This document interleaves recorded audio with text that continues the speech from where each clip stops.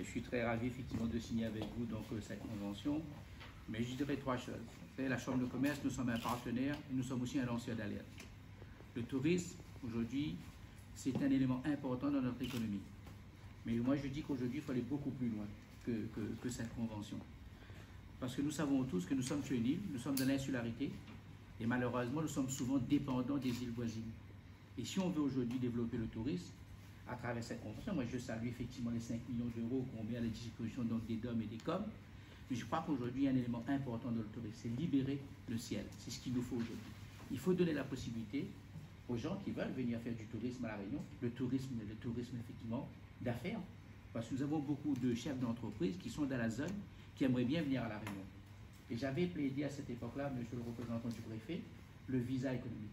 Je pense qu'aujourd'hui, il faut qu'on relance le visa économique. Ce visa économique permettrait aux gens de venir investir à La Réunion. Parce que nous avons un déficit sur notre balance commerciale. Nous avons 5 milliards d'importations et 350 millions d'euros à l'export. Et si on veut aujourd'hui faire connaître notre richesse, notre savoir-faire, parce que j'ai dit toujours, avoir le savoir-faire et faire savoir, c'est deux choses différentes. Le savoir-faire et faire savoir, c'est deux choses différentes. À non faire savoir ce que nous faisons. Et à travers toute cette mutualisation, à travers toute cette énergie entre l'État, les collectivités, les chambres consulaires, je pense que nous pouvons aller beaucoup plus loin dans le tourisme. N'oublions pas que nous avons été dans un moment difficile.